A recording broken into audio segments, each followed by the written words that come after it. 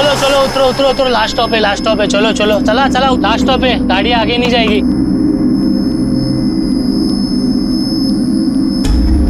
ओ ताई उठो, last stop आ गया। लोग खाली सोने के लिए आते हैं बस में। हेलो ताई,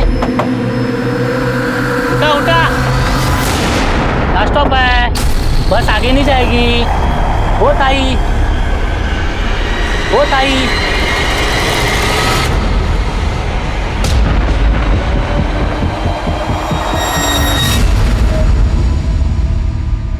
नमस्कार, आदाब। मैं अनूप सोनी क्राइम पेट्रोल सतर्क के ब्लैक हेडलाइंस अध्याय के आज के एपिसोड में आप सबका स्वागत करता हूं। हम ये बचपन से पढ़ते आए हैं कि इंसान एक सामाजिक प्राणी है, लेकिन कई बार इंसान हैवानियत के मामले में जानवरों को भी पीछे छोड़ देता है।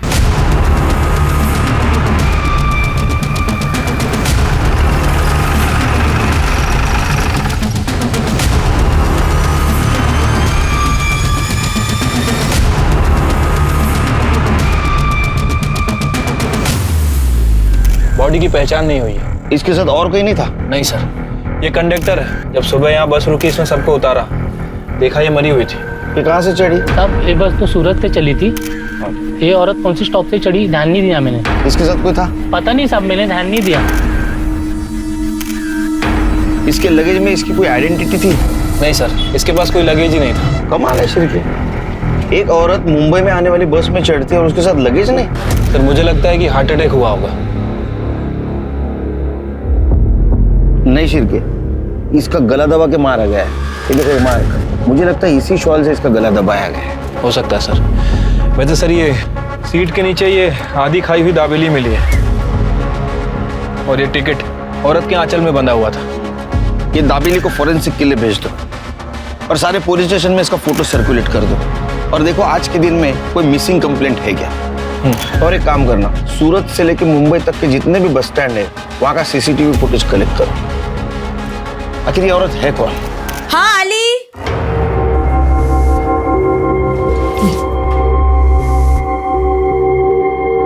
क्या हुआ? कुछ काम मिला? नहीं मिला। तुझे मिला कुछ? नहीं, मुझे भी नहीं मिला। पर तुझे ऐसे कैसे बिना कुछ बोले फैक्ट्री से निकाल दिया? क्या करेंगे अब, हर जगह कॉस्ट कटिंग चल रहा है रे। मंदी चल रही तो सबको काम से निकाला जा रहा है। कुछ ना कुछ तो जुगाड़ करना पड़ेगा। ताई मी येते हा।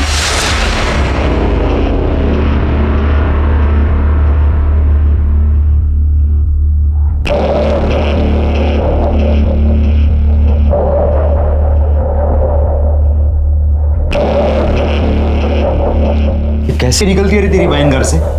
कुछ बोलती क्यों नहीं उसको? छोड़ना उसको। अरे क्या छोड़ना, कैसा दिखता है वो लिपस्टिक? बाबा आप आ गए, आप मोबाइल लाइए। नहीं ले आऊंगा, अगली बार ले आऊंगा, टेंशन मत ले तू। कोई मोबाइल नहीं मिलेगा, समझा? जा जाके पढ़ाई कर। बाबा नया लाने को थोड़ी ना कह रहा हूँ, सेकेंड हैंड ही ला दो, 1000-1200 तक आ जाएगा। पैसे का टेंशन क्यों ले रहे हो? पैसे के बारे में मत सोच, मोबाइल चाहिए ना तेरे को, मिल जाएगा। मैं ला दूंगा तेरे को मोबाइल। सूरज अच्छे से पढ़ा। पढ़ तो रहा हूँ ना आई। तो मेरी बात समझ रहा है ना, कुछ नहीं होगा, मैं हूं ना। लेकिन कोई झोल नहीं ना, पैसा टाइम पे देगा ना वो। हाँ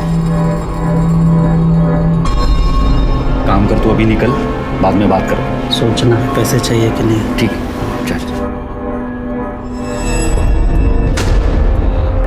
क्या बात कर रहे थे प्रदीप से? हैं? मैंने बताया था ना वो अच्छा आदमी नहीं है। चल चल खाना लगा जल्दी। सर मैंने उस अनआइडेंटिफाई औरत के बारे में यहाँ मुंबई में और आसपास के पुलिस स्टेशन में पता किया है, बट कहीं भी कोई मिसिंग कंप्लेंट दर्ज नहीं है। सूरत में? सूरत पुलिस को कहा है सर पता करने के लिए। वैसे सूरत से मुंबई आने वाले रूट पे मैंने कई सारे बस स्टैंड के सीसीटीवी फुटेज चेक किए, बट वो औरत कहीं नजर नहीं आई। शिरके शायद जिस बस स्टैंड पे वो बस में चढ़ी होगी वहाँ सीसीटीवी नहीं होगा। हो सकता है सर। तुम्हें अजीब नहीं लगता शिरके, लाश के पास उसका कोई लगेज नहीं मिला? सर अजीब तो है, लेकिन ये भी हो सकता है कि जिसने उस औरत का मर्डर किया वो उसका लगेज लेकर चला गया। मुझे लगता है इसका पता हमें सूरत से ही लगेगा। सूरत? मैं सूरत कैसे जा सकती हूँ? नहीं नहीं, ये मेरे से नहीं होगा। मैं सूरत नहीं जाऊंगी। अरे तो हम क्या करेंगे फिर? मैं क्या फांसी लगा लूं क्या? घर की हालत कैसी है वो तो जानती है तू। अरे अच्छा खासा चल के कहाँ मारा है सूरत से तो मना कर रही है अभी। अरे मैं खुद भी चला जाता हूँ वहाँ, लेकिन उनकी 12 साल की बेटी है, उसे संभालने के लिए उन्हें औरत ही चाहिए।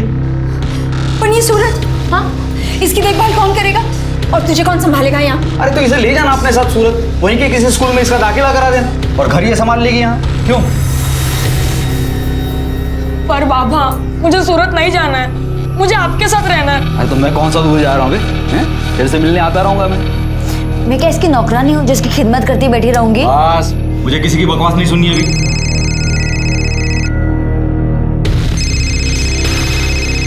चलो सामान भरो, कल सुबह निकलना है।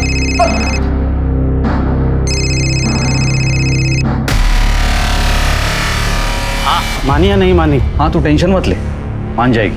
चल ठीक है।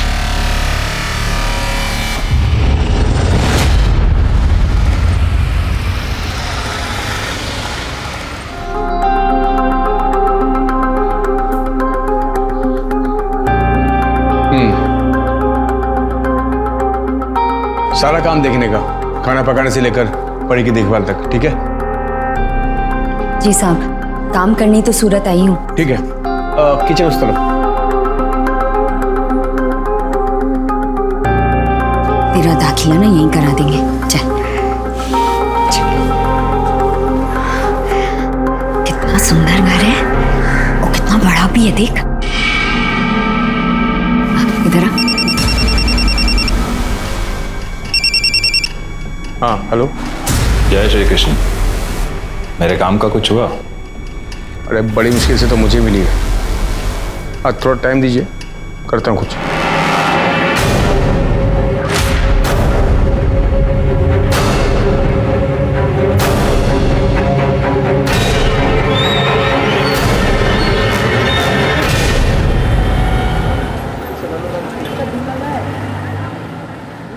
सर, उस औरत की पीएम रिपोर्ट आ गई है।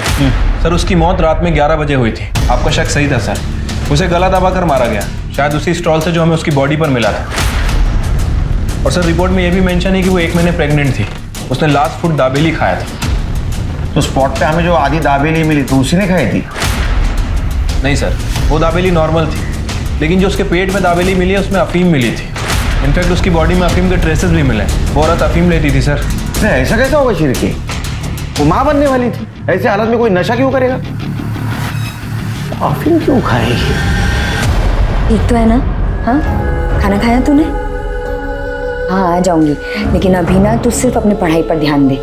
चल, रखती हूँ। तुम्हारी लोग भी ना खाली बच्चे की फिक्र करती है। तूने खीर खाई? नहीं। तो मैं देता हूँ। अरे नहीं नहीं, मुझे नहीं चाहिए। मैं देता हूँ ना तेरे को।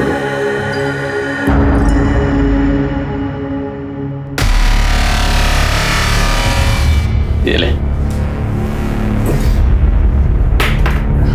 अरे खा ले, अच्छी बनी है।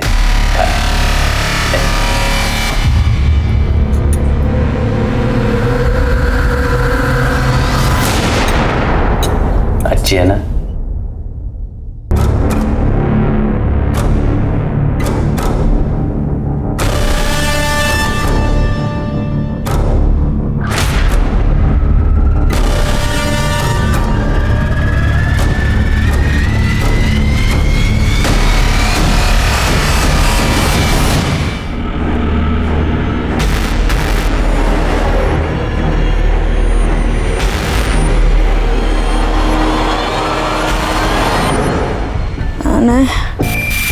गायत्री भी अपने बेटे और अपने परिवार के अच्छे भविष्य के लिए अपने पति मनोहर और अपने घर से दूर सूरत गई।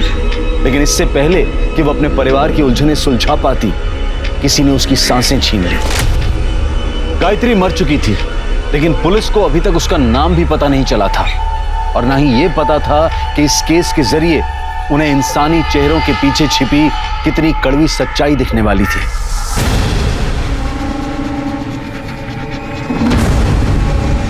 चिरके, कुछ पता चला? सर, न्यूज़पेपर में उस औरत की फोटो सर्कुलेट करा दी, बट अभी तक कोई अपडेट नहीं मिली। साहब ये फोटो, ये मेरी बीवी गायत्री जैसी लग रही है साहब।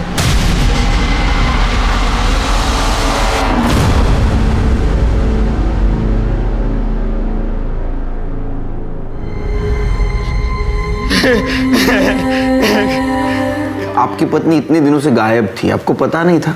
नहीं पता था साहब, वो तो सूरत में थी ना। सूरत में क्या कर रही थी? वो सूरत में काम वाली बाई का काम करती थी और 1 महीने से हमारी बातचीत भी नहीं हो रही थी और उसकी तनख्वाह के पैसे बराबर से मिल रहे थे अभी तक, इसलिए मुझे लगा कि वो ठीक ही होगी। कमाल है, वो माँ बनने वाली थी, 1 महीने की प्रेग्नेंट थी, आपको उसकी कोई चिंता नहीं थी? नहीं साहब, आप ये क्या बात कर रहे हैं साहब? 2 महीने से तो मैं उसको मिला भी नहीं, वो प्रेग्नेंट कैसे हो सकती है साहब? आपसे जरूर कोई गलती हुई है साहब। मेडिकल रिपोर्ट है हमारे पास, हमसे कोई गलती नहीं हुई। हो सकता है आपकी बीवी किसी और के साथ। नहीं साहब, ये नहीं हो सकता साहब, मेरी गायत्री ऐसी बिल्कुल नहीं थी साहब, वो मुझसे बहुत प्यार करती थी और मेरे बेटे सूरज में तो उसकी जान बसती थी साहब। वो इतना बड़ा धोखा हम लोगों को नहीं दे सकती साहब।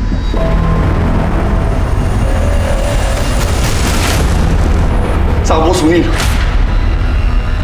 नहीं, जरूर मेरे बीवी के साथ कुछ ऐसा वैसा किया है, उसको मार डाला है साहब, आप उसको सजा दीजिए।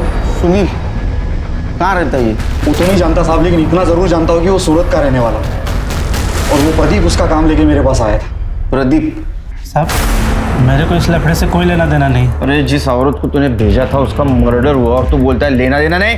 देवा शफत साहब, मेरे को कुछ नहीं पता, तो मनोहर के पास कोई काम नहीं था और गायत्री भी काम ढूंढ रही थी, तभी मेरे को सुनील साहब का फ़ोन आया, तुमको 24 घंटे के लिए नौकरानी चाहिए। सुनील साहब कहाँ रहता है सूरत में तेरा सुनील साहब? सूरज चल ना खेलने चलते हैं। हाँ सूरज चल ना खेलने चलते। नहीं, मेरा मन नहीं है।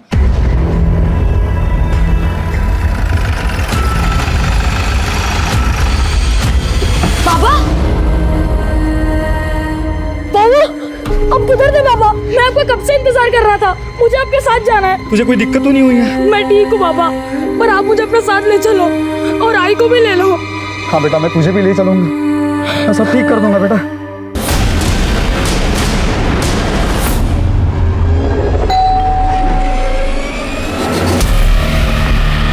क्या किया तुम लोगों ने गायत्री के साथ? क्या करे? छोड़ रहा।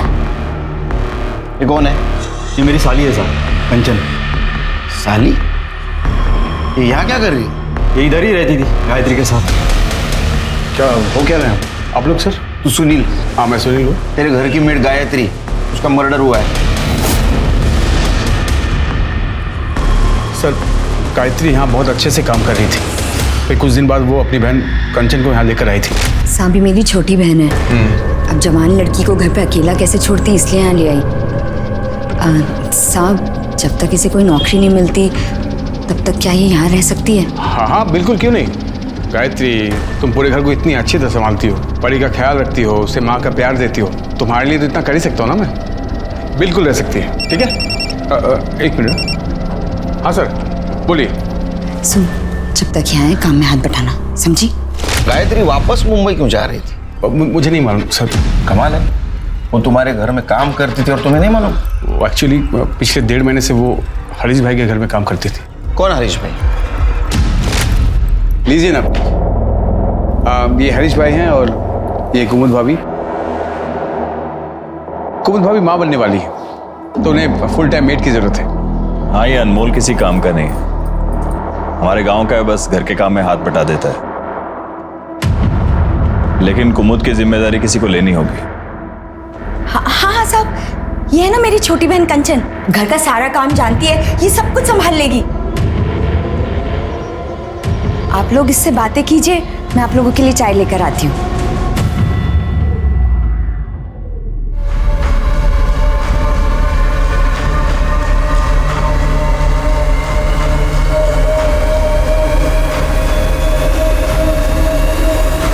सुनील हमें कंचन नहीं गायत्री चाहिए।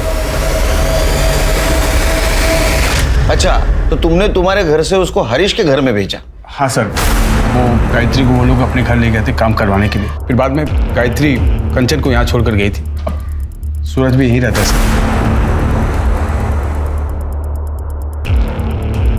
ये सब कुछ कंचन बाजी की वजह से हुआ है।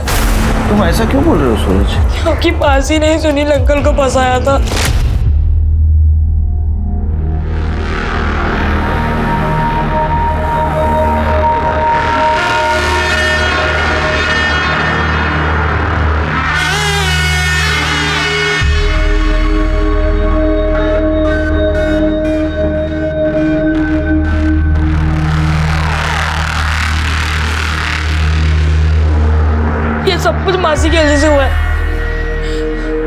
ही वो सुनील अंकल को फंसाती और ना ही हाई मुझे छोड़ के कहीं और काम करने जाती।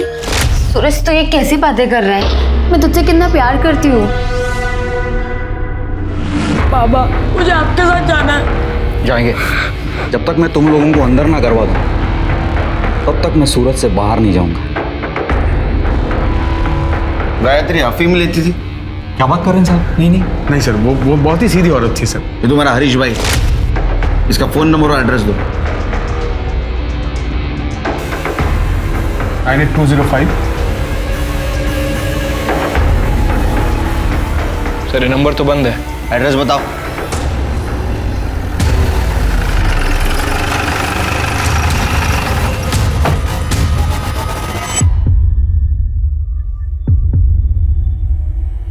सर अंदर वाले दरवाजे पे भी ताला लगा है। शिरके, ये हरीश का पता करो, इसका फोन ट्रेस पे डालो। मनोहर, हरीश और सुनील, इनके घर के आसपास कोई अफीम बेचता है क्या पता करो। ठीक है सर। तुम्हारे खबरी को एक्टिवेट करो।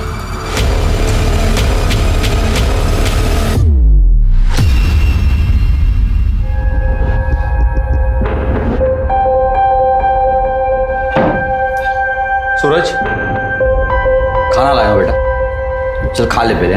मुझे परी से बात करनी है।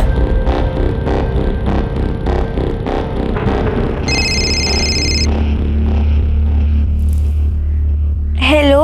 हेलो परी। सूरज, तू ठीक तो है ना? हाँ मैं ठीक हूँ, तू ठीक है ना? मैं भी ठीक हूँ। मुझे तुझसे कुछ कहना है। हाँ हाँ बोल। हेलो हेलो परी।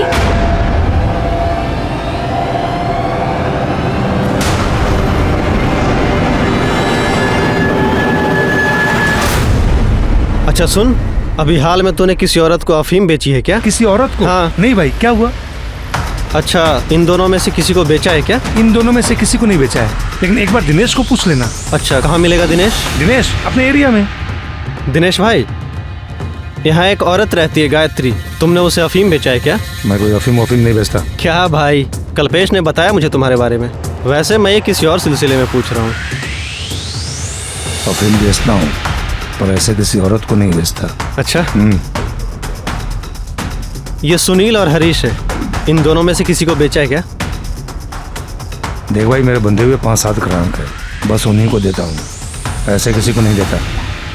सर यहाँ सूरत में सुनील, कंचन, गायत्री और हरीश, इनके कॉल डिटेल्स और लोकेशन डिटेल्स आ गई है। और मुंबई से मनोहर के।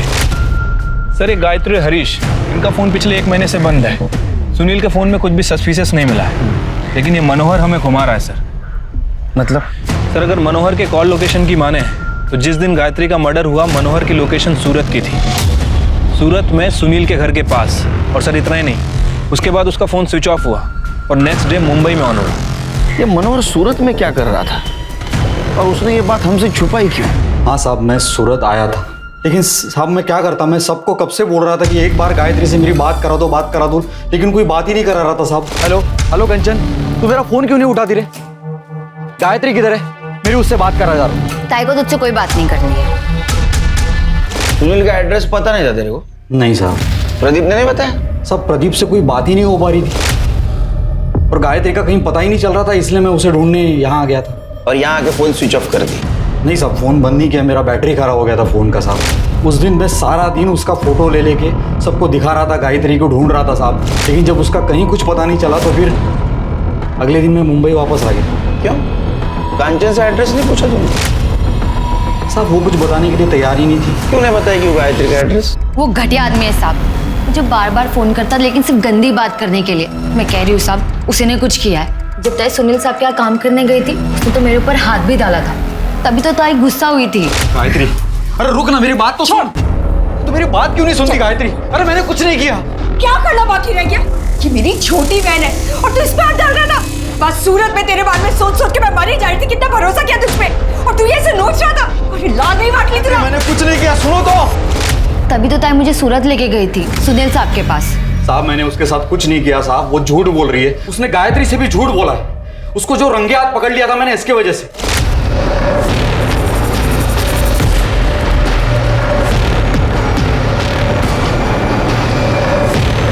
उसके बाद मैंने कांचन का घर से बाहर निकलना बंद करवा दिया था साहब, और इसीलिए उसने अपनी बहन के पास जाकर ये सब झूठी कहानी बताई ताकि उसे आज़ादी मिले। साहब मेरा और गायत्री का कोई कभी झगड़ा नहीं था साहब, मैं तो उससे बहुत प्यार करता था।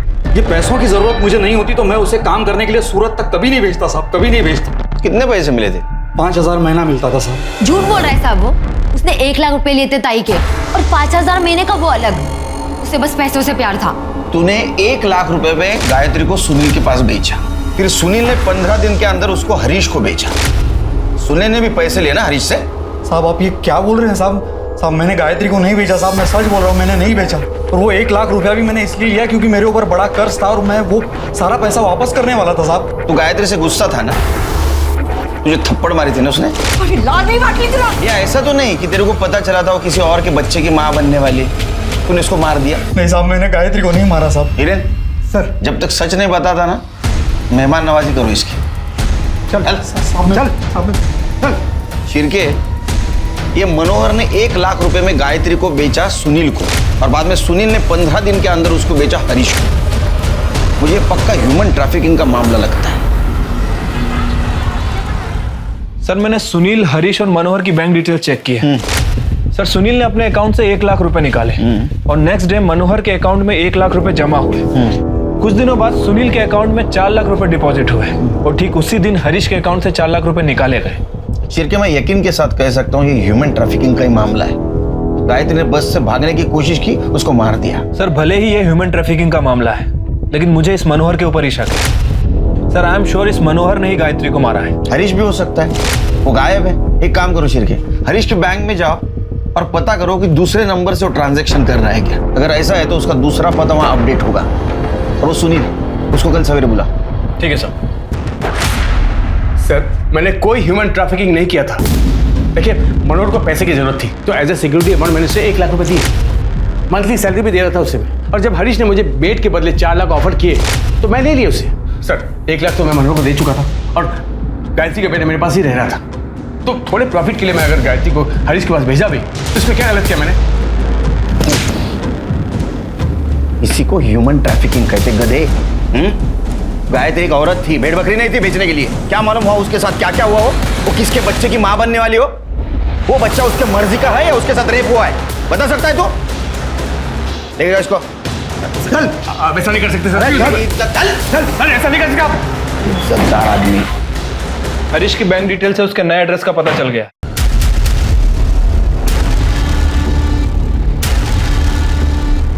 अरे ये गायत्री को किसने मारा? अरे तो इतना दिमाग मत लगा। कैसे दिमाग नहीं लगाए? तू ही तो खरीद कर लाया था उसे।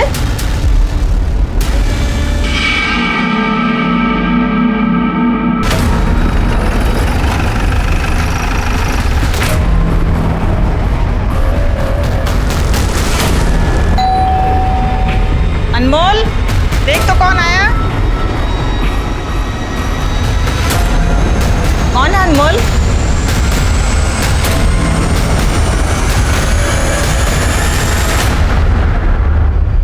गायत्री तुम्हारे यहाँ काम करती थी? जी, हमारी बहू प्रेग्नेंट है, उसकी देख रेख के लिए हमने उसे काम पर रखा था। 5 दिन से पता नहीं कहाँ चली गई थी, हमें आज ही न्यूज़पेपर में पता चला। वो 5 दिनों से गायब है और आप लोगों ने पता करने की कोशिश नहीं की? सर मुझे लगा खुद आ जाएगी। उसको सुनील से खरीदा था ना, उसके बदले में पैसे दिए थे ना तूने सुनील को? नहीं सर, वो गायत्री के लिए पैसे नहीं दिए थे सर, वो मैंने उसे लोन दिया था। झूठ मत बोल, तूने उसको सुनील से खरीदा था, उसके बाद में तूने तेरा मोबाइल नंबर और तेरा एड्रेस दोनों भी चेंज कर दिए। सर वो दूसरा नंबर जामनगर का है ना, वहाँ से बहुत सारे फोन आते रहते हैं, इसलिए फोन बंद रखा हुआ था। हमें घर की तलाशी लेनी है। सर आप ऐसे कैसे तलाशी ले सकते हैं? मुझे मालूम था तुम्हारे जैसा होशियार आदमी ये बोलेगा, इसलिए हम सर्च वारंट लेके आए। ठीक है?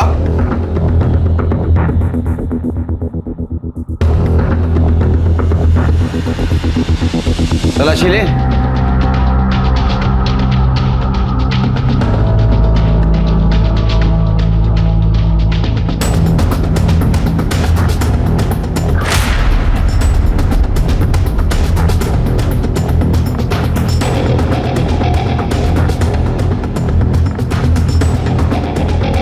अफीम मिली है सर।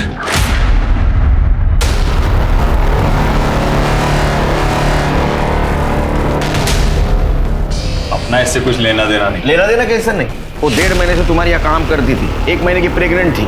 जो कुछ भी हुआ वो यही हुआ है, उसके मर्जी से या मर्जी के खिलाफ। उसके बॉडी में अफीम मिला है। ये इसी ने किया होगा। मैं कब से कह रही हूँ इसको काम से निकालने के लिए, और ये अफीम भी यही लेता है।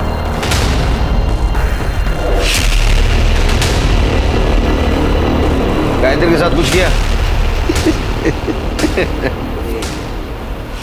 गायत्री के साथ कुछ किया था क्या? किया था ना, वो क्या है ना, आपने भी किया तो मेरा भी मन किया। क्या कह रहा है तू? सर ये पागल है, इन्होंने कुछ नहीं किया है गायत्री के साथ। ये झूठ बोल रहा है साहब। आप कहाँ इस नशेड़ी की बात सुन रहे हैं? सर नशे में कुछ भी बड़बड़ करता है ये। इन सबको ले चलो, सब पता चल जाएगा किसने क्या किया। ह्यूमन ट्रैफिकिंग के केस में ले चलो इनको। और इन दोनों का डीएनए टेस्ट कराओ। चलो। जब हम किसी जानवर के साथ रहते हैं तो उससे भी एक लगाव सा हो जाता है, तो फिर चंद सिक्कों के लिए हम किसी इंसान की जिंदगी का सौदा कैसे कर सकते हैं? सुनील गायत्री को कुछ पैसों और काम के लालच पर अपने घर लेकर आया था और फिर अच्छे मुनाफे के लालच में उसने उसे आगे बेच दिया, बिना ये जाने कि वहां उसके साथ क्या होने वाला था, बिना ये सोचे कि गायत्री उसकी बिन मां की बेटी का ख्याल रख रही थी। ताज्जुब की बात तो यह है कि गायत्री का फोन बंद होने के बाद भी सुनील या कंचन में से किसी ने भी ये जानने की कोशिश नहीं की कि गायत्री उस नई जगह पर कैसी है जहां उसके साथ इतने अत्याचार हो रहे थे। तो क्या गायत्री की मौत के पीछे हरीश, अनमोल या उसके ही परिवार का कोई शामिल था, या फिर उसकी मौत की कहानी किसी और ने लिखी थी? मुझे तो समझ में ही नहीं आ रहा है कि क्या करूं। ताई के साथ ये सब हो गया।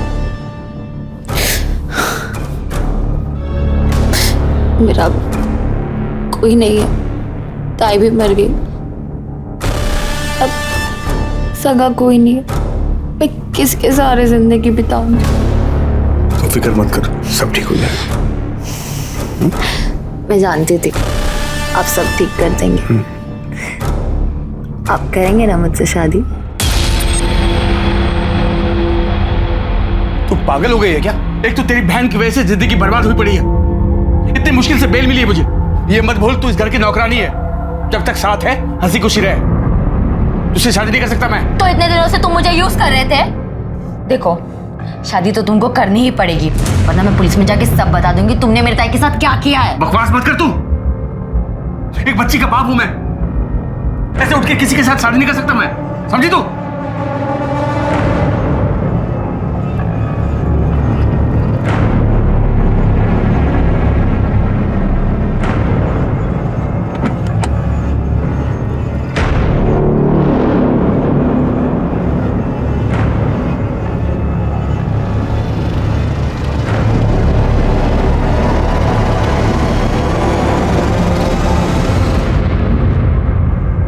सर गायत्री की डीएनए रिपोर्ट आ गई है।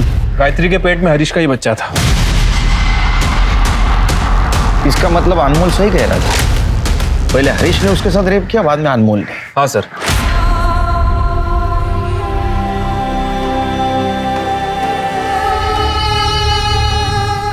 मैंने हरीश की बीबी कुमुद के बारे में भी इंक्वायरी की है। सर प्रेग्नेंट होने के बावजूद भी उसने लास्ट हॉस्पिटल विजिट 6 महीने पहले की, और सर यही बात मुझे सबसे ज़्यादा खटकी, इसलिए सर मैंने उस क्लिनिक में इंक्वायरी की जहां वो 6 महीने पहले जाती थी। सर पता चला है कि वो माँ बन ही नहीं सकती। फिर माँ बनने का नाटक क्यों कर रही हो? इतने सालों से मैं माँ बनने की कोशिश कर रही थी, लेकिन मैं माँ नहीं बन पाई, और डॉक्टर ने भी कह दिया कि मैं कभी माँ नहीं बन सकती। फिर नाटक क्यों किया?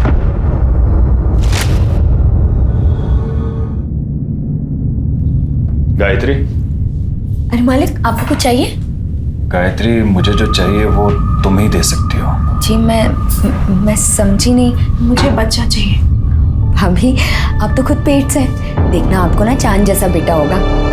इसे बच्चा ही नहीं हो सकता, ये सिर्फ नाटक कर रही है।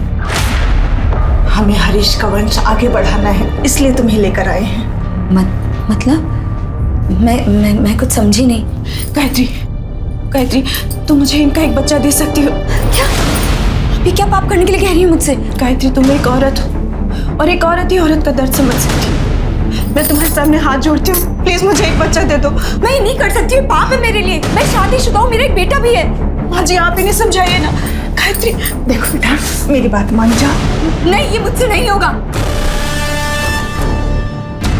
लेकिन सर,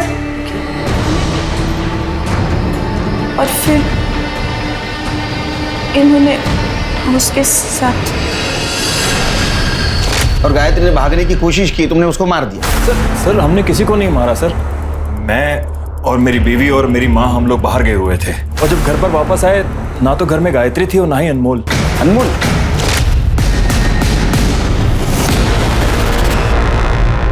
सर अनमोल के कॉल रिकॉर्ड के हिसाब से उस रात वो सुनील के घर के पास था। क्या? गायत्री बहुत अच्छी लड़की है साहब। नहीं, मुझे नहीं खाना। मुझे मेरे बेटे की बहुत याद आ रही है। मुझे मेरे बेटे के पास ले चलोगे?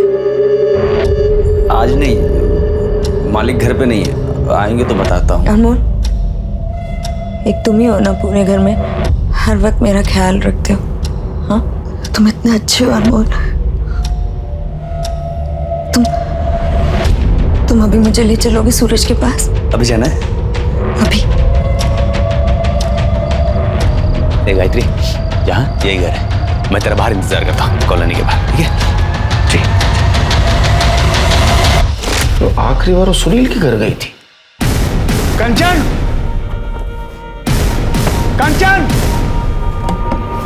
क्या हुआ? कंचन, कहने का तूने चुराया? आप ये क्या बोल रहे हो? आप मुझसे कैसे पूछ सकते हो? एक भी गहना नहीं है, बता कहाँ है? तो मैंने क्या किया? आप ही ने कुछ किया होगा। मैंने किया? मैं देख के आती हूँ।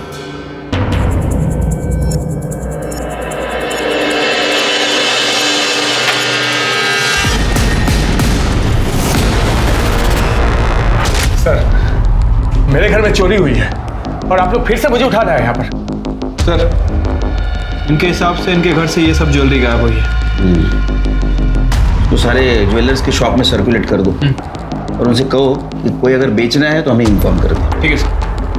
काफी नुकसान हुआ है आपका, कंप्लेंट ले ली तुम्हारी, अब हमारी मदद करो। बताओ गायत्री तुम्हारे पास आखिरी बार क्यों आई थी? नहीं सर, हमारे घर नहीं है। बोलना, वो तुम्हारे पास आई थी, हमें पता है। वो गुस्से में तुमसे कन्फ्रंट करने आई थी, लेकिन तुमने उसको मार दिया। हाँ साहब, ताई आई थी और गुस्से में भी थी।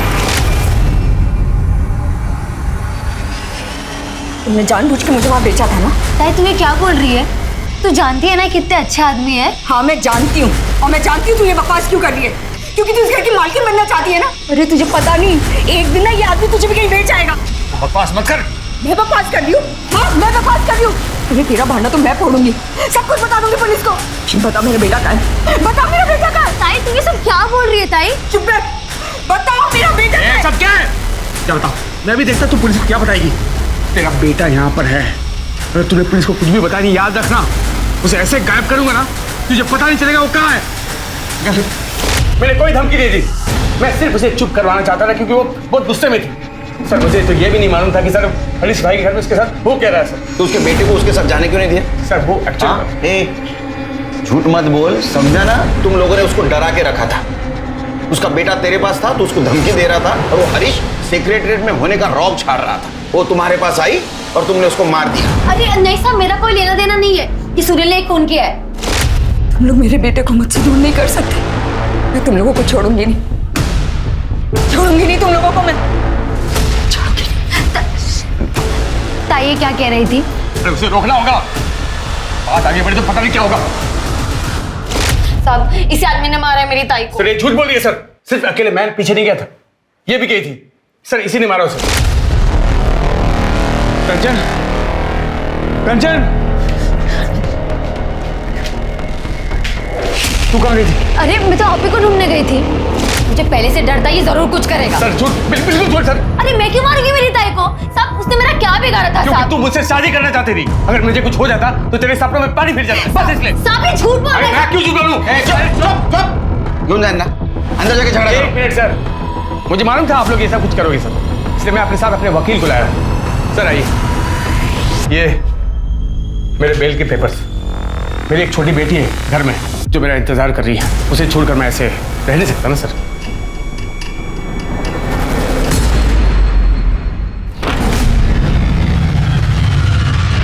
परी,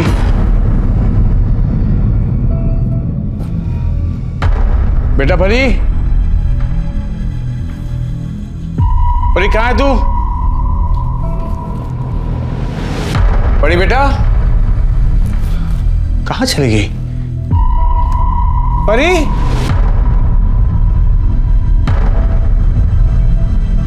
परी कहाँ चली गई?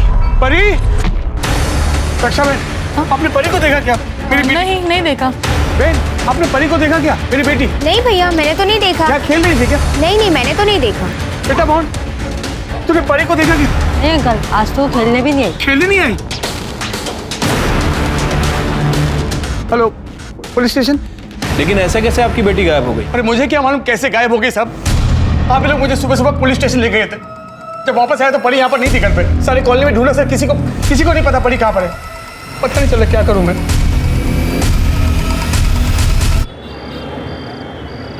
बच्ची का कुछ पता चला? नहीं सर, 2 दिन हो गए, समझ नहीं आ रहा बच्ची कहाँ चली गई। वैसे उसकी फोटो सभी जगह सर्कुलेट करवा दी है, लेकिन कहीं से कोई इन्फॉर्मेशन नहीं मिली है। बच्ची कहाँ जा सकती है? सर कहीं ऐसा तो नहीं कि गायत्री के मर्डर में बच्ची का कुछ हाथ है? मतलब बच्ची ने ऐसा कुछ देख लिया हो जो उसे नहीं देखना चाहिए। हो सकता है कहीं डर के छुप गई हो। क्या ऐसा भी हो सकता है कि जिसने गायत्री का मर्डर किया उसने परी को गायब किया? क्या ऐसा भी हो सकता है कि गायत्री के मर्डर में परी का हाथ हो? परी तो बच्ची है सर, एक बच्ची ऐसा कैसे कर सकती है? तो बच्ची गई कहाँ?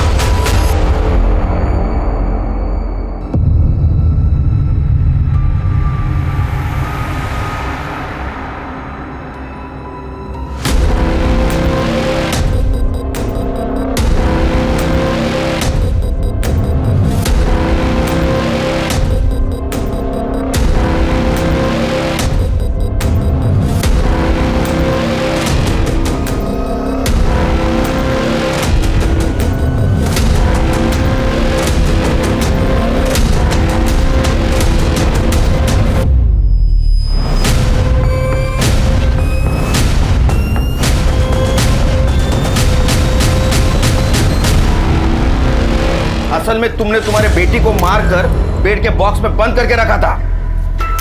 कैसी बात करे सर, कैसी बात करे? मैं भला ऐसा क्यों करूंगा? उसने देखा होगा गायत्री का मर्डर करते हो तुम्हें। कोई भी बाप किसी बेटी को मार सकता है क्या? इसको लेके चलो, बॉडी पोस्टमार्टम को भेज दो। बाप कोई बेटी को मारता है? चल अब मेरी बात सुनिए। ठीक, उसी सुबह जिस दिन हम सुनील और कंचन को यहाँ पुलिस स्टेशन में लेकर आए थे। इसका मतलब ये सुनील और कंचन ही कर सकते हैं, क्योंकि बाकी सारे लोग तो हमारी हिरासत में हैं। Right sir. और एक और बात सर, परी की बॉडी में भी अफीम थी। क्या? इसका मतलब पहले परी को अफीम दिया गया, वो बेहोश होने के बाद दुपट्टे से उसका गला दबाया गया गायत्री की तरह। एक मिनट। हेलो, ठीक है सर। सुनील के घर से जो गहने चोरी हुए थे उसे कोई बेचने आया। कौन? साहब मुझे कुछ नहीं पता। तेरे को कुछ नहीं पता तो ये गहने कहाँ से आए तेरे पास? गहने कहाँ से आए? साहब ये गहने मेरे बेटे ने मुझे लाके दिए। उसने किसी को अफीम बेची थी। इसके बेटी को लेकर आओ। मोहन, तुमने किसे अफीम बेची थी?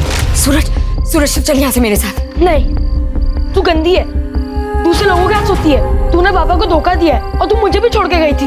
ये क्या बोल रहा है बेटा तू? मैं तुझे सब कुछ बता दूँ, तू बस चल यहाँ से मेरे साथ। सूरज नहीं। सूरज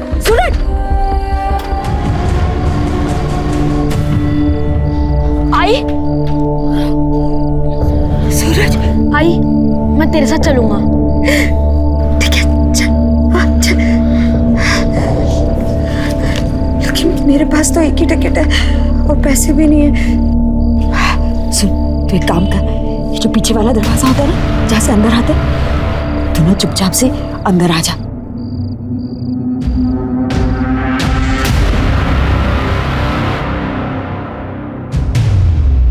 ये देख, मैंने तेरे लिए दाबेली लाई। दिखाया? हाँ, तू खा।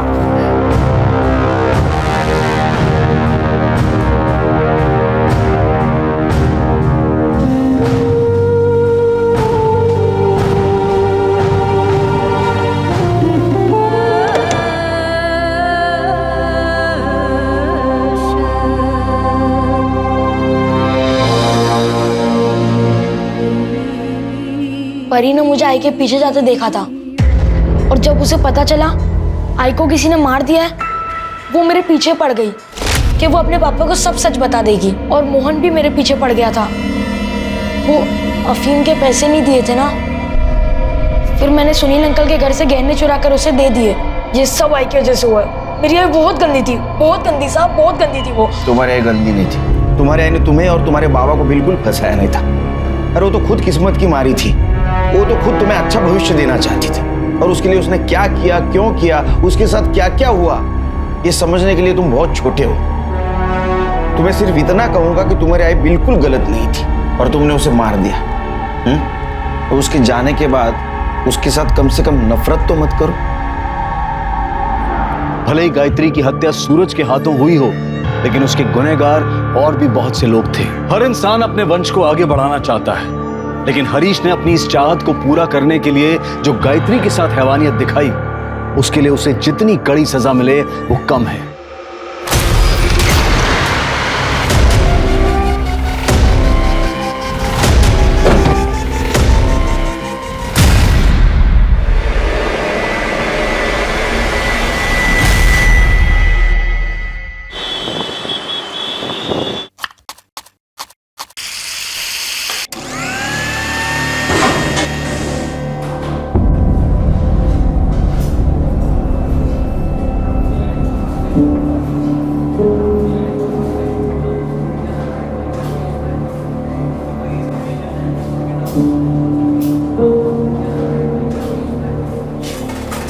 आने वाला ऑर्डर रेडी हुआ?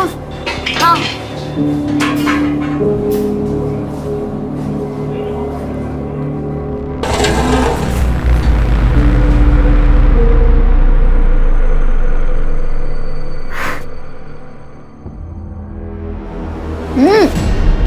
तूने फिर अपनी अकल लगाई? ये क्या भर भर के दालचीनी डाल दी है इसमें? ठीक तो बना है, मैंने खुद भी टेस्ट किया है।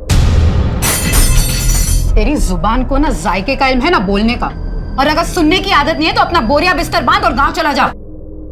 थोड़ा फेवरेट कार्ड डालेंगे तो दालचीनी की हीट कम हो जाएगी। अच्छा, इतना ही पता था तो तू क्या कर रही थी यहाँ खड़े खड़े? कुछ काम के नहीं हो दोनों। और ये बिरयानी भेज के मैं मेरा नाम बर्बाद नहीं करने वाली, ताकि चौराहे पे बांट दो इसको। काम करो अपना।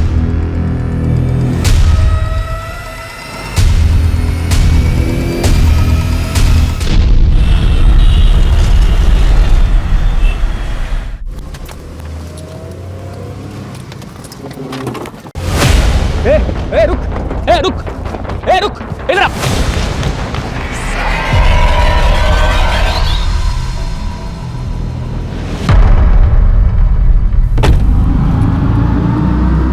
रुको, पकड़।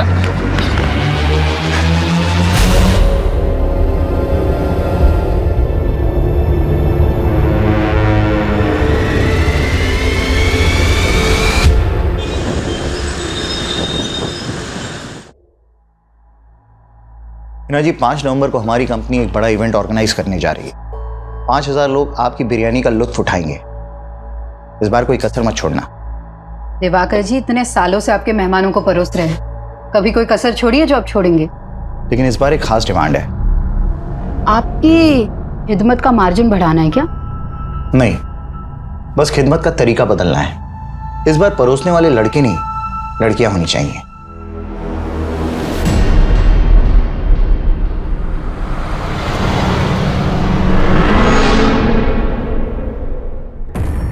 माफ कीजिएगा दिवाकर जी, मैं आपकी डिमांड पूरी नहीं कर सकती। ये मेरे उसूलों के खिलाफ है। हिना जी, अपनी पुरानी सोच का नकाब उतारिए।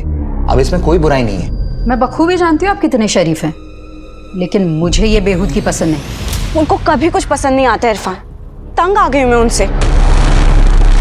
5 नवंबर को पुणे वाले इवेंट में हिना मैडम बिरयानी सप्लाई करने वाली है ना? हाँ, तो हम क्या करें, इसमें हमारा क्या भला होने वाला है? फिलहाल तो थोड़ा प्रेशर कम हो सकता है। मतलब ये कि 5 नवंबर को मैं तुम्हें एक स्पेशल तोहफा देने वाला हूँ। गम और खुशी भी तोहफे हैं जिंदगी के, सबको मिलते हैं। पर कुछ तोहफे ऐसे होते हैं जिन्हें अनरैप करने की हिम्मत नहीं होती हम में। लेकिन अब मैं ये हिम्मत करना चाहती हूँ। मैं वो नकाब अब उतार देना चाहती हूँ। दुनिया को दिखा देना चाहती हूँ कि मैं भी पत्थर नहीं हूँ, लेकिन जब भी हम जिंदगी को एक सही शुरुआत देने की सोचते हैं तो वो हर बार अपना अंजाम बदल देती है।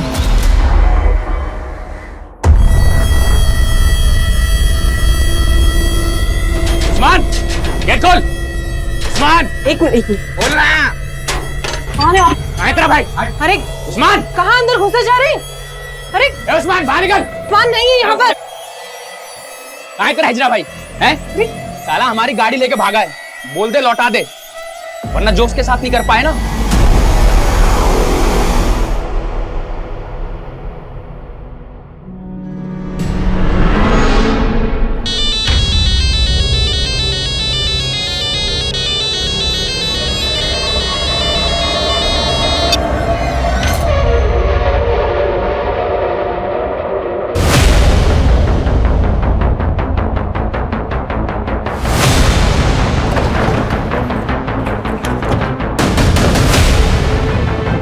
हटिए।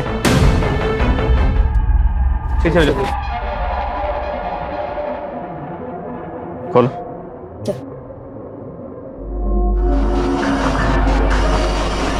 नमस्कार, आदाब। मैं अनूप सोनी क्राइम पेट्रोल सतर्क के ब्लैक हेडलाइंस अध्याय के आज के एपिसोड में आप सबका स्वागत करता हूं। हमारी जिंदगी की कुछ बातें ऐसी होती हैं जो हम दुनिया के सामने नहीं लाते हैं। हमारी कोशिश यही रहती है कि दुनिया की नजरों में हमारी वही इमेज बने जो हम उनको दिखाना चाहते हैं। हम में से ज्यादातर लोग अपने अंदर और बाहर दो ऐसी अलग अलग जिंदगियां जीते हैं जो कभी कभी आपस में मेल नहीं खाती हैं। और इस केस से जुड़े लोगों की जिंदगियां भी ऐसी हैं। ये केस पुणे में मिली एक औरत की लाश से शुरू हुआ था, लेकिन इस केस के तार पुणे, मुंबई, महाराष्ट्र से लेकर कर्नाटका, केरला और यहां तक कि वेस्ट बंगाल तक फैले हुए थे।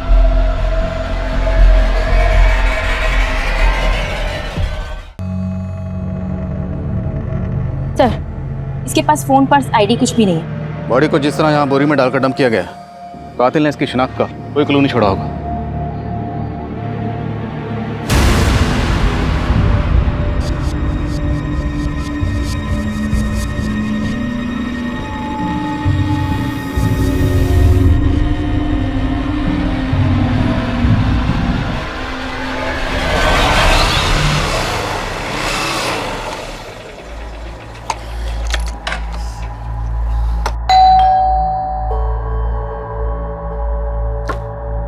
सादिक, आ गया बेटा? सादिक, ये चोट कैसे लगी तुझे? बाइक फिसल गई थी अम्मी। अरे तो डॉक्टर को दिखा के आता था। उसकी जरूरत नहीं थी, कर लूंगा। कहाँ गया था तू? कल सुबह से घर से निकला था और अब लौट रहा है। क्यों मरा जा रहा है उस लड़की के लिए?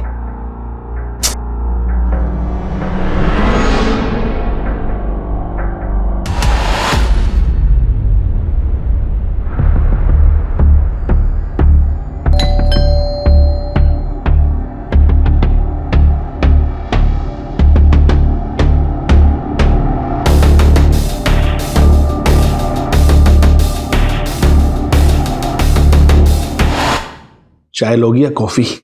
नहीं, मुझे कहीं और भी जाना है। लेकिन अगले 90 मिनट तक तो तुम सिर्फ मेरी हो। जी, कौन सा मसाज लेंगे? Deep tissue. तो चले शुरू करें।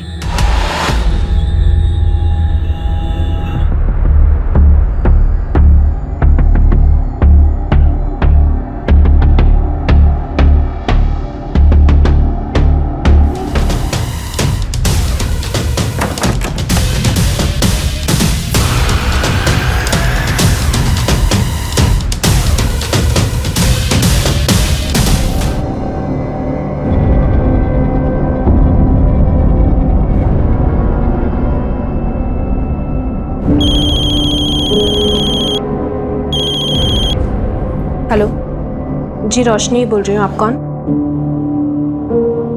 क्या लाश मिली?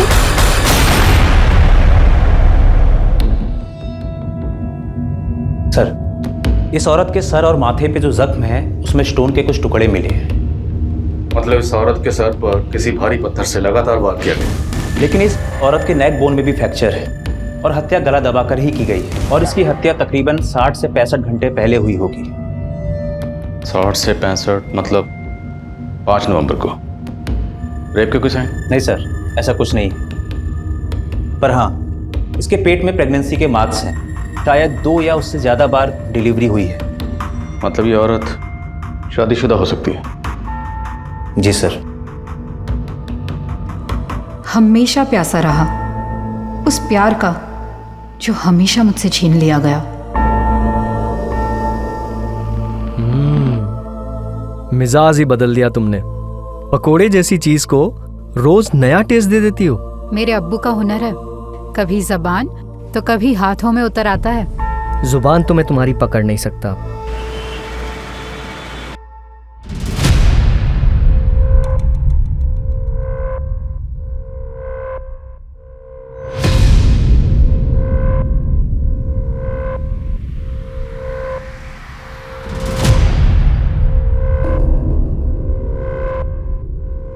ये नहीं, जी वो नहीं।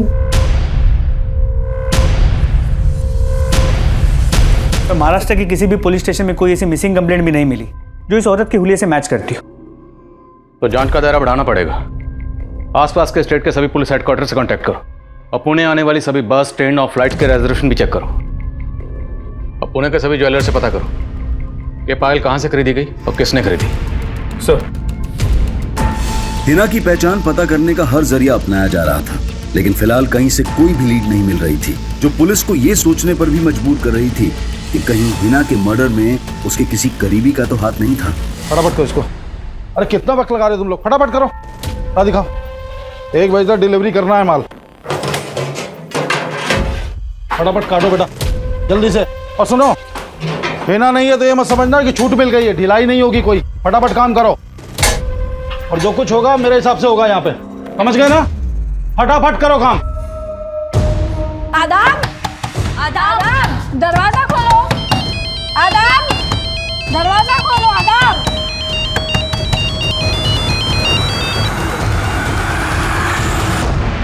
इरफान, मैंने बोला था ना मुझे फोन मत करना। हाँ तो मुझे अवॉइड करने से तुम्हारी तकलीफ कम हो जाएगी क्या आना? तो तुमसे मिलकर कौन सी तकलीफ कम हो जाएगी मेरी? यार तकलीफ में सिर्फ तुम ही नहीं हो ना, मेरी भी तो प्रॉब्लम समझो। प्लीज एक बार मिल लो। ठीक है, बताती हूँ। किससे बातें कर रही थी? आप क्यों ताका झाकी करती हैं?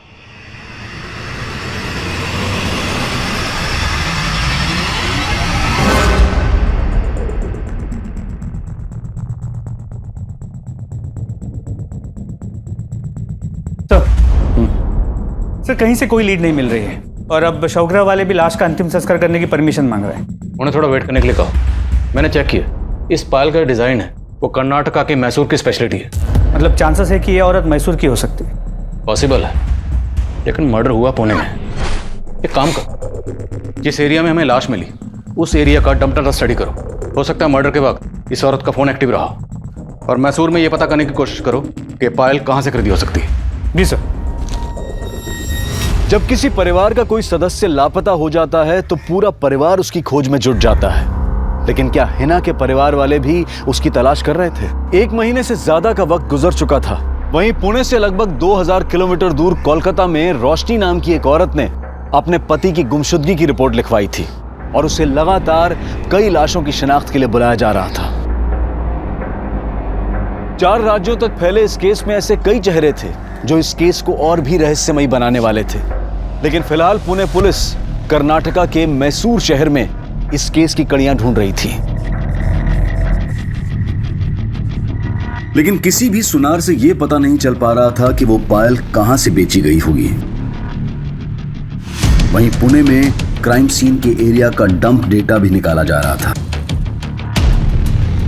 वहीं पुणे से लेकर मैसूर तक के लोकल अखबारों में हिना की तस्वीरें छपवाई गईं और जगह जगह उसके पोस्टर चिपका दिए गए थे, और जल्द ही एक ऐसा आदमी सामने आया जो हिना को जानता था।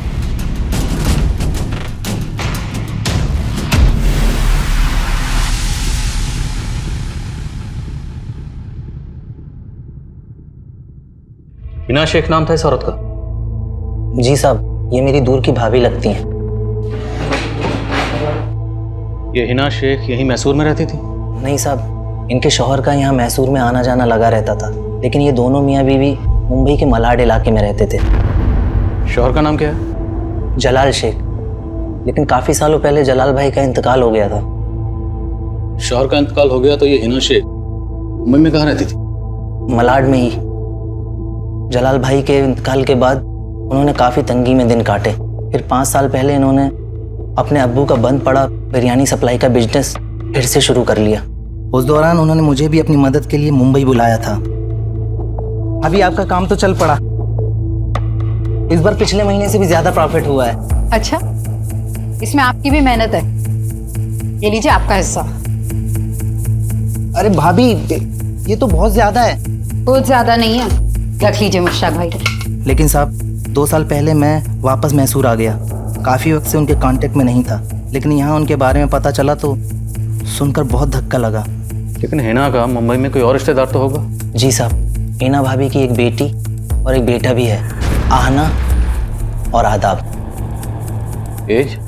बेटी की उम्र 15-16 साल और बेटे की 10-11 साल होगी।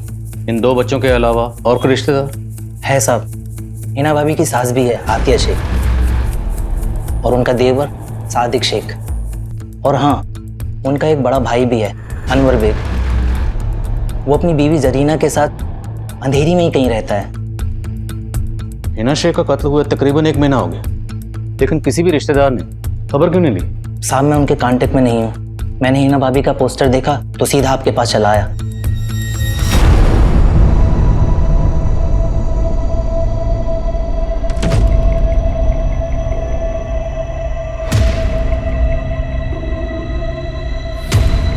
आपको गलतफहमी हो रही है सर।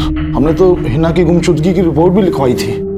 कौन से पुलिस स्टेशन में? जी, मलाड पुलिस स्टेशन में। FIR भी लिखवाई है सर, ये देखिए।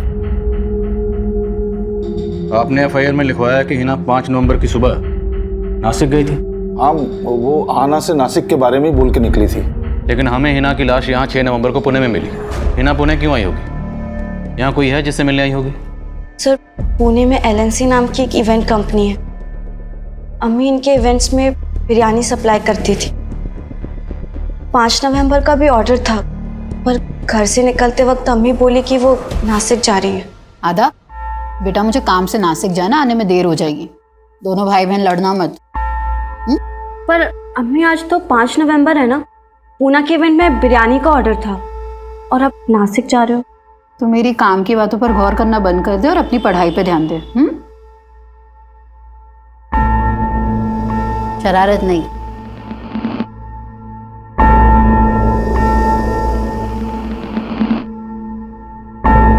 अम्मी, हग नहीं करोगे?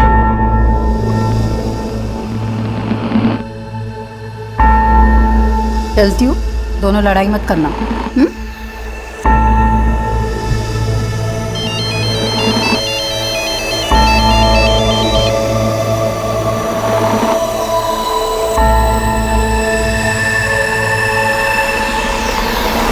हाँ ना, तुम्हारी अम्मी का किसी के साथ कोई झगड़ा, कोई दुश्मनी? हमें तुम्हारी अम्मी के बॉडी के पास से ये पायल मिली। हाँ सर, ये पायल अम्मी की है। वो हमेशा इसे पहने रहती थी। उन्हें गिफ्ट किया था उन्हें।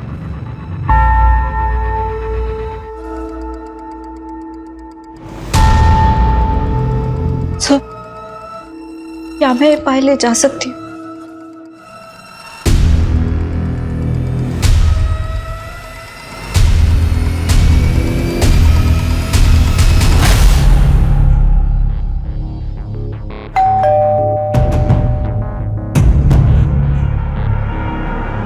अब क्यों आया?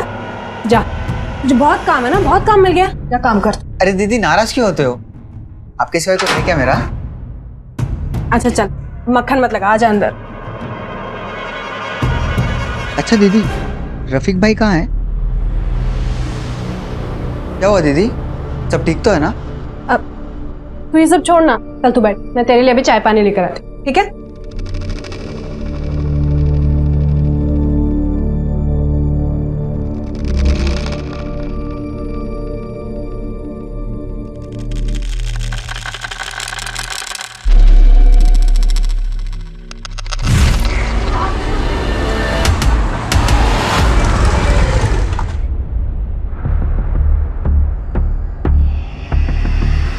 उस्मान रुक!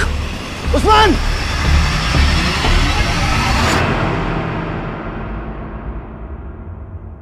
चल चाय पी।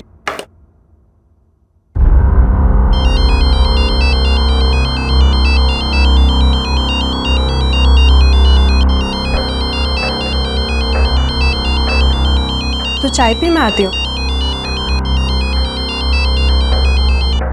हेलो, हाँ जी बोलिए।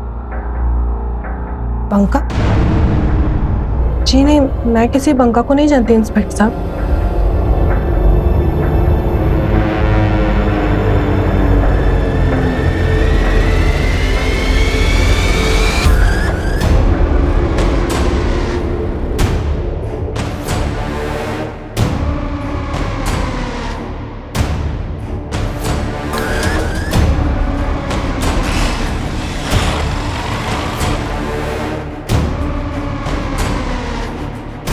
हिना के रिश्तेदारों ने उसकी मिसिंग कंप्लेंट फाइल की थी।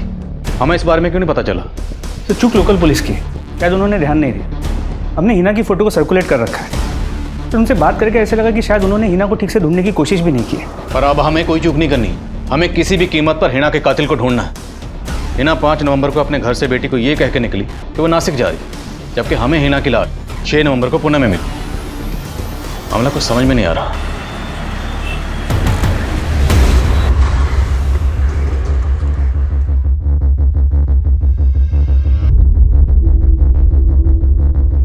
हाँ सर, हमने हिना को 5 नवंबर के इवेंट का ऑर्डर दिया था, लेकिन वो हमारे टर्म्स के मुताबिक काम करने के लिए तैयार नहीं थी, इसलिए हमने ऑर्डर कैंसिल कर दिया। लेकिन ऐसी क्या टर्म्स थी आपकी जो आपने इतने पुराने वेंडर का ऑर्डर कैंसिल कर दिया? सर दरअसल हिना अचानक से अपना प्राइस बढ़ाने लग गई, इसलिए हमने उसका ऑर्डर कैंसिल किया और दूसरे को ऑर्डर दे दिया। आपने ऑर्डर कैंसिल कर दिया था तो हिना पुणे क्यों आई थी? सर वो मैं कैसे बता सकता हूँ। गिनवा के रखो उसको पूरा और भर के रखना इसको ना, संभाल के, ठीक है? ना बेटा, मैंने बोला था ना सब संभाल लूंगा मैं। अब तुम घर जाओ, बिल्कुल फिक्र मत करो, अपना और आदाब का ख्याल रखना। अच्छा, एक और जरूरी बात थी, ये कंपनी का जो अकाउंट है उसका नेट बैंकिंग का पासवर्ड क्या है? तो वेंडर लोग के फोन आ रहे हैं बार बार पेमेंट के लिए।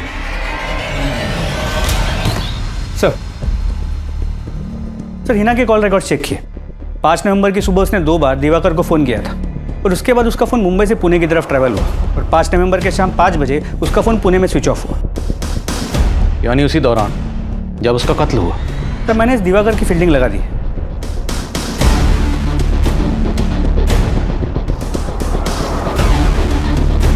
और सर इस दिवाकर के बारे में कुछ पता भी चला है। करीब 1 साल पहले इसने हैदराबाद में एक इवेंट किया था जहाँ पर रेड पड़ी थी। वहाँ पर अश्लील डांस हो रहा था। इस दिवाकर पर गर्ल्स ट्रैफिकिंग का आरोप भी लगा था, लेकिन बाद में उसे उस केस में क्लीन चिट मिल गई थी। पर हम इस दिवाकर को क्लीन चिट नहीं दे रहे। हिना की बेटी का कहना है कि हिना घर से ये कह के निकली कि वो नासिक जा रही है, जबकि हिना का फोन नासिक नहीं बल्कि पुणे की तरफ ट्रैवल कर रहा था। मामला क्या है? एक लड़का है इरफान,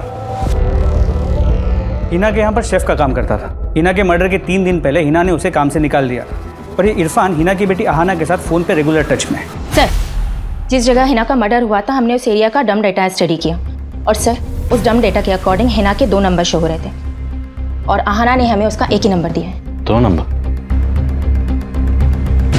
सर हमने इस नंबर के कॉल रिकॉर्ड्स निकाले हैं। हिना के इस दूसरे नंबर के कॉल रिकॉर्ड्स लिख लो।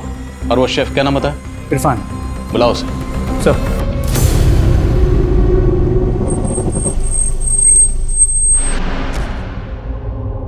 सर मानता हूँ कि हिना मैडम ने मुझे जॉब से निकाल दिया था, लेकिन मैंने कुछ नहीं किया है।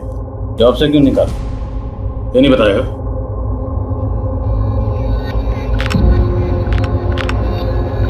कैसी लग रही हूँ? बहुत खूबसूरत लग रही हूँ। पर अम्मी के रहते ना ऐसे कपड़े नहीं पहन सकती मैं। लेकिन फिलहाल मेरे लिए तो पहन सकती हो ना। वैसे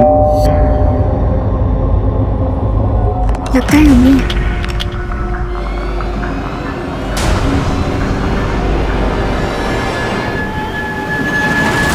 इतनी क्यों देर कर दी तुमने? अम्मी वो मैं वॉशरूम में थी। अच्छा,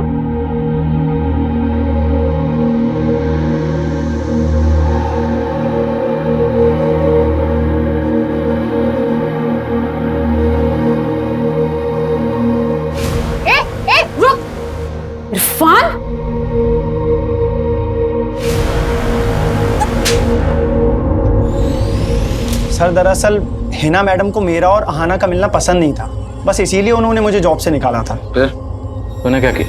सर सच में इरफान ने कुछ नहीं किया। फिर तुमने हमसे झूठ क्यों बोला? तुम्हारी अम्मी नासिक गई थी, जबकि 5 नवंबर को तुम्हारी अम्मी पुणे में थी। सर अम्मी मुझे नासिक का ही बोल के गई थी। बेटा मुझे काम से नासिक जाना, आने में देर हो जाएगी। तुम्हारी अम्मी के पास ये एक और नंबर था जो हमने ढूंढ के निकाला। ये नंबर तुमने हमें क्यों नहीं दिया? अम्मी एक ही नंबर यूज करती थी सर, इस नंबर के बारे में मुझे नहीं पता है। अहाना के अलावा हिना का भाई अनवर, भाभी जरीना, ड्राइवर सादिक और सास आतिया, कोई भी हिना के इस दूसरे नंबर के बारे में नहीं जानते थे। सवाल यह है कि हिना अपने इस दूसरे नंबर के बारे में अपने घर वालों से सीक्रेट क्यों रखेगी? कहीं घर वालों में से कोई कुछ छुपा तो नहीं रहा? सर अहाना को देख के लगता तो है कि वो कुछ तो छुपा रही, और वो इरफान, वो भी कुछ ठीक नहीं लग रहा। नजर रखो दोनों पर और हिना के बाकी रिलेटिव्स के बारे में पता करो। सर हिना के दूसरे नंबर के कॉल रिकॉर्ड्स चेक किए। उसके उस नंबर पर सिर्फ एक ही नंबर से कॉल्स आती थी और उसी नंबर पे कॉल्स की जाती थी। सिर्फ एक नंबर? जी सर, और वो नंबर किसी रोशनी मिर्ज़ा के नाम पर उसके कोलकाता के एड्रेस पर रजिस्टर्ड है। सर ये है रोशनी मिर्ज़ा, और अब इसका वो नंबर भी बंद आ रहा है।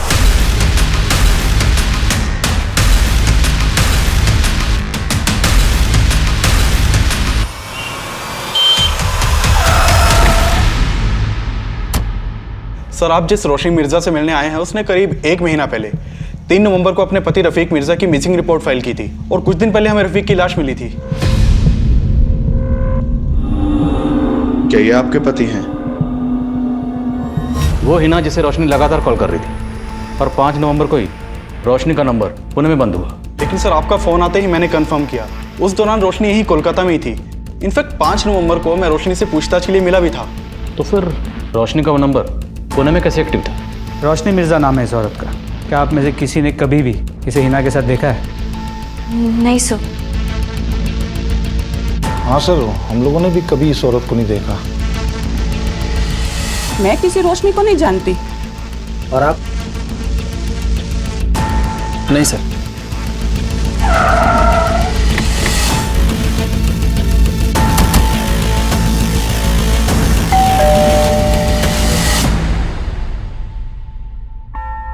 सर मैं ऐसा कोई नंबर इस्तेमाल नहीं करती थी, ये मेरा नंबर नहीं है। लेकिन ये नंबर आपके नाम पर रजिस्टर्ड है, और इस नंबर से मुंबई में एक हिना नाम की औरत से लगातार बातें हो रही थी। नहीं सर, मैं नहीं जानती इसको। मैं कभी मुंबई भी नहीं गई हूँ। और पुणे? नहीं सर, मैं कभी बंगाल से ही बाहर नहीं गई हूँ।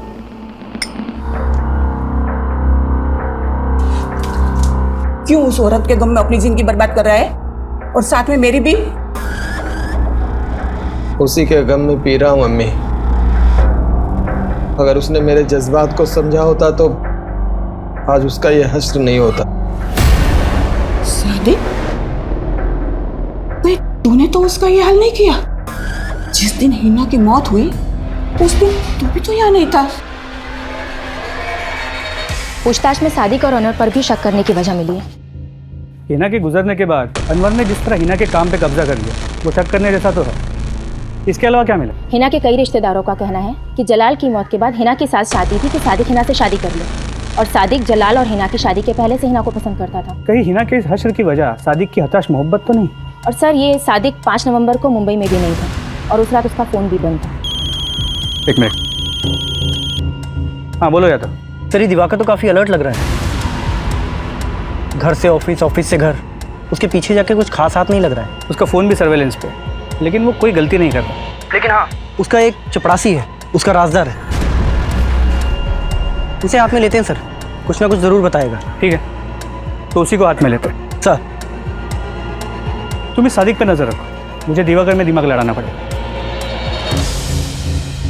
सर रोशनी के बारे में जो कुछ भी मालूम चला, उससे लगता नहीं कि वो कभी मुंबई गई होगी। लेकिन रोशनी का पति रफीक, वो 2 साल पहले तक मुंबई में जॉब करता था। तो हो सकता है रफीक रोशनी का नंबर इस्तेमाल कर रहा है। लेकिन सर रफीक का मर्डर तो 3 नवंबर को हो गया था। रफीक के मर्डर में किसका हाथ लगता है? सर हमें इस बंका नाम के आदमी के ऊपर शक है।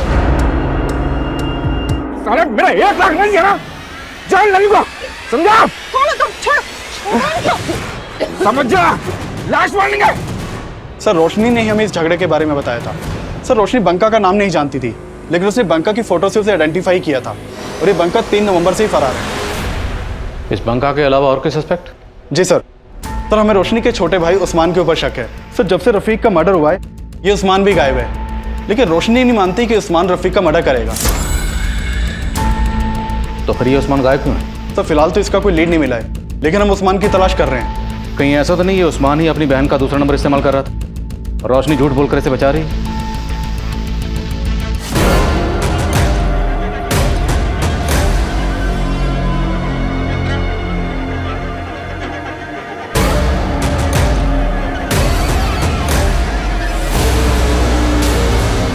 मैं मानता हूं कि मैं हिना से निकाह करना चाहता था, लेकिन हिना तुझसे शादी नहीं करना चाहती थी। ये बात तुझसे बर्दाश्त नहीं हुई। ऐसा कुछ नहीं किया है सर। कुछ शाम तू कहा था जिस दिन हिना का मर्डर हुआ? लोनावाला में अपने दोस्तों के साथ। तू लोनावाला में नहीं, पुणे आया हुआ था। तू जानता था कि हिना पुणे आई हुई है। अब ये बता कि हिना के दूसरे नंबर की कहानी क्या है और ये रोशनी का इस मर्डर से क्या लेना है? मैं किसी रोशनी को नहीं जानता सर, और ना ही हिना के किसी दूसरे नंबर के बारे में। मैं कह रहा हूं मैंने कुछ नहीं किया है। साहब मेरे सादिक ने कुछ नहीं किया, और वो तो ये निकाह करना चाहता भी नहीं था, बल्कि मैं चाहती थी कि हिना का निकाह सादिक से हो।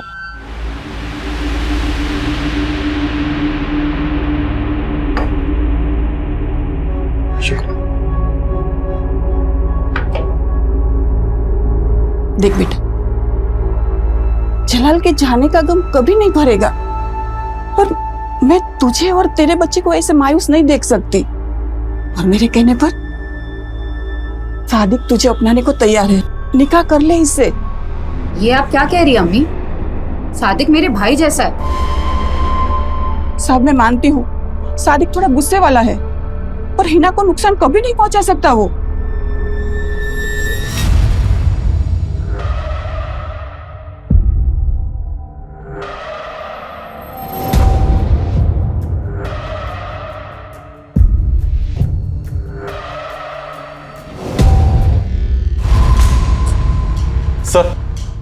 सर आप मान रहे थे कि उस्मान रोशनी का दूसरा नंबर यूज कर रहा होगा, लेकिन यहाँ तो उस्मान का भी मर्डर हो चुका है।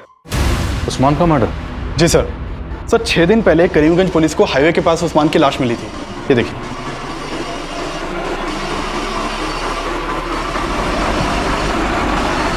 उस्मान को कौन मार सकता है? सर फिलहाल इसकी तो कोई लीड नहीं मिली है, लेकिन एक चौंकाने वाली बात पता चली है कि उस्मान किन्नर था। किन्नर? जी सर, किन्नर के भेष में लुटेरा। ये देखिए सर, जिन लोगों को लूटता था उनके सामने औरत बन के जाता था।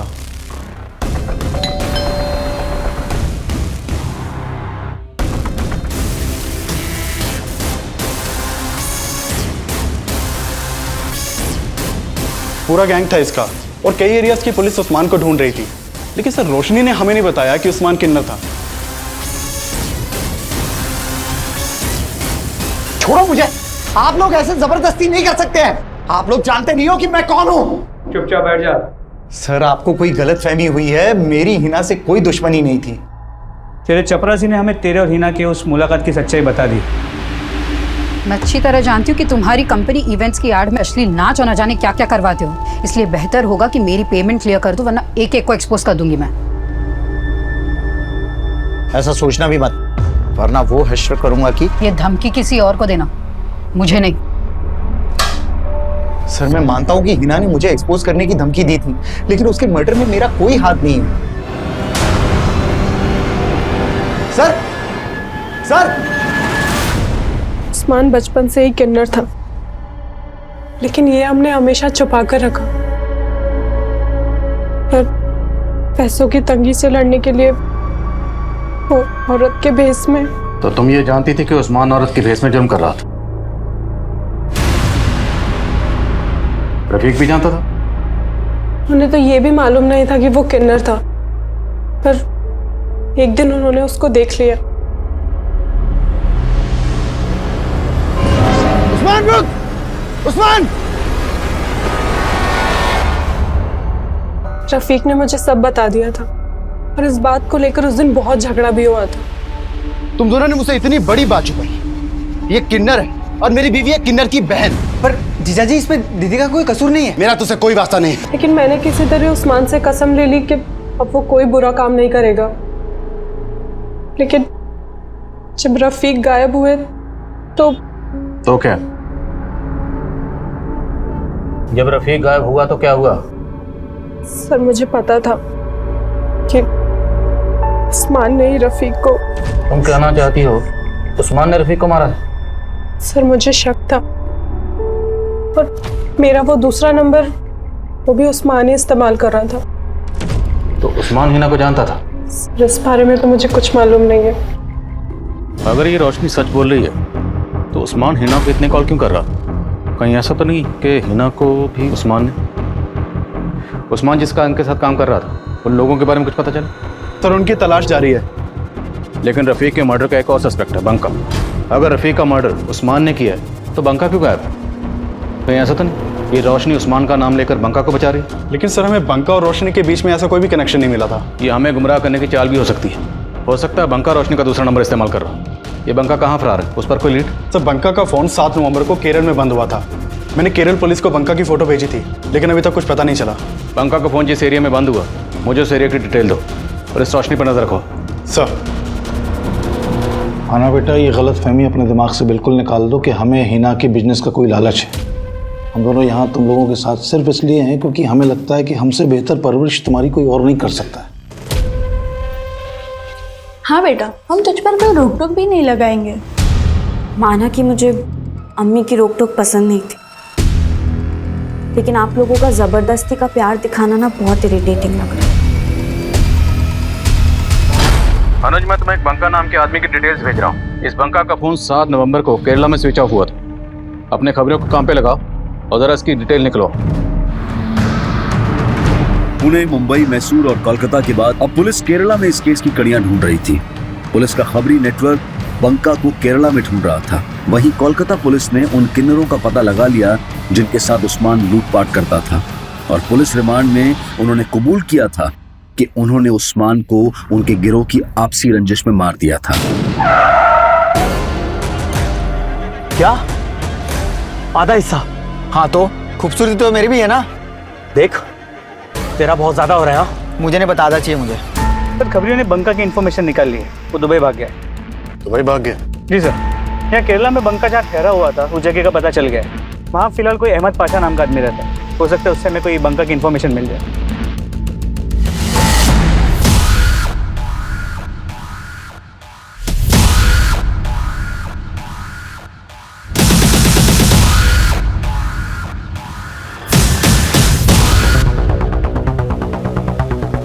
हो सकता है यही अहमद पाशा, बंका यही रहता था।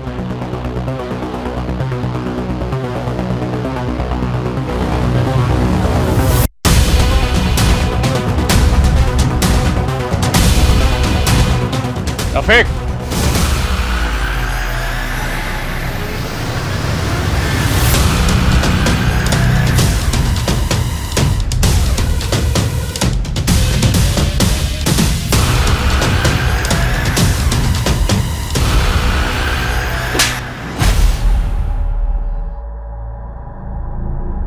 तो और तेरी बीवी तो बड़े शातिर निकले। तेरी बीवी बोल रही थी कि तुझे उस्मान ने मार दिया, लेकिन तू वहां चुप के बैठा हुआ था। अपनी बीवी के नंबर से हिना को तू ही कॉल करता था ना? नहीं सर, सिर्फ मैं ही नहीं, हिना भी मुझे कॉल किया करती थी। 2 साल पहले तक मैं मुंबई में जॉब कर रहा था। हिना की बिरयानी अक्सर मेरे ऑफिस में सप्लाई हुआ करती थी। हिना, ये लीजिए आपकी पेमेंट का चेक। शुक्रिया। शुक्रिया तो मुझे भी कहना चाहिए, आपकी बिरयानी वाकई बहुत लजीज है। फिर हम अक्सर मिलने लगे। जलाल को खो देने के बाद मैंने अपनी जिंदगी को एक दायरा दे दिया था। सोचा सिवाय अपने बच्चों की खुशी के और कुछ नहीं सोचूंगी। हिना, तुम्हें भी अपने बारे में सोचना चाहिए। मैं भी अपने बारे में अब सोचना चाहता हूँ। तुम कहना क्या चाहते हो रफीक? देखो, हम दोनों एक दूसरे से बहुत प्यार करते हैं। क्या तुम नहीं चाहती कि हम दोनों की शादी हो? मैं तुम्हारी फीलिंग्स की रिस्पेक्ट करती हूँ रफीक, लेकिन मैं शादी नहीं करना चाहती। फिर मेरे पेरेंट्स ने मेरी शादी रोशनी से करवा दी। कोलकाता में मैंने जूते की दुकान डाली। सोचा काम में डूबा रहूंगा तो हिना को भुला दूंगा। सर, मेरा बिजनेस नहीं चला। एक दिन काम के सिलसिले में मुंबई गया तो न चाहते हुए मैं हिना को कॉल कर बैठा। रफीक, मैंने भी तुम्हें भूलने की बहुत कोशिश की पर नहीं हो सका। मैं अब तुम्हें मेरी जिंदगी से दूर जाने नहीं दे सकती। हम दोनों पर अजीब सा पागलपन सवार हो गया था। हम दोनों और ज़्यादा मिलने लगे। इतना ही नहीं, वो मेरी पैसों से भी मदद करने लगी, लेकिन मेरी बीवी का नाम सुनते ही वो बौखला जाती थी। तुम मुझसे प्यार करते हो या अपनी बीवी से? बीवी तो मैं तुम्हें ही बनाना चाहता था, लेकिन तुमने मेरा प्यार कहाँ समझा? रफीक, मैं मानती हूँ कि मेरी गलती थी, लेकिन अब मैं तुम्हें खोना नहीं चाहती। तुम अपनी बीवी को छोड़ दो। अच्छा, तुम छोड़ सकती हो अपने बच्चों को मेरे लिए?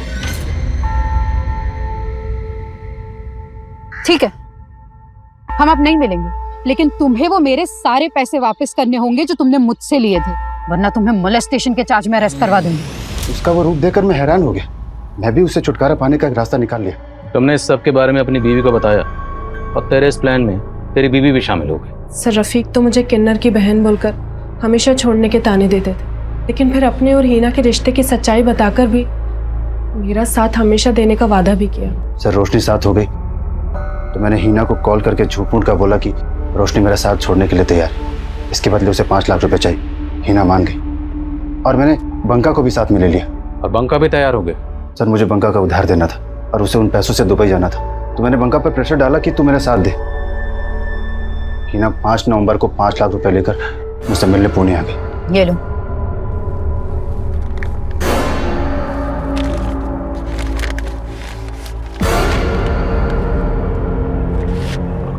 बाका,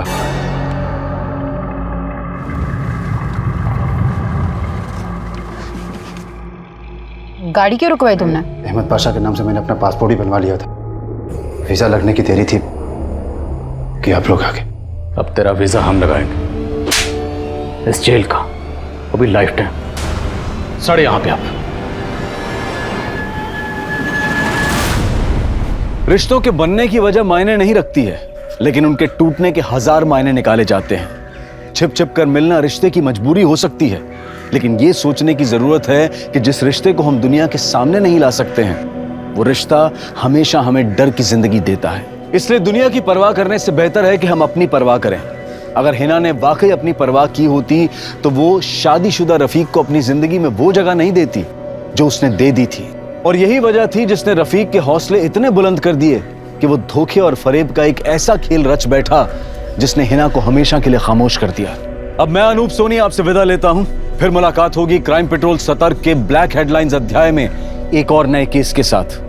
और याद रखें, क्राइम और आपके बीच में सिर्फ इतना फर्क है कि आप कितने सतर्क हैं। सतर्क रहें, सुरक्षित रहें। जय हिंद। क्राइम पेट्रोल के और भी दिलचस्प कहानी देखने के लिए हमारे चैनल को सब्सक्राइब करें और बेल आइकॉन दबाना न भूलें।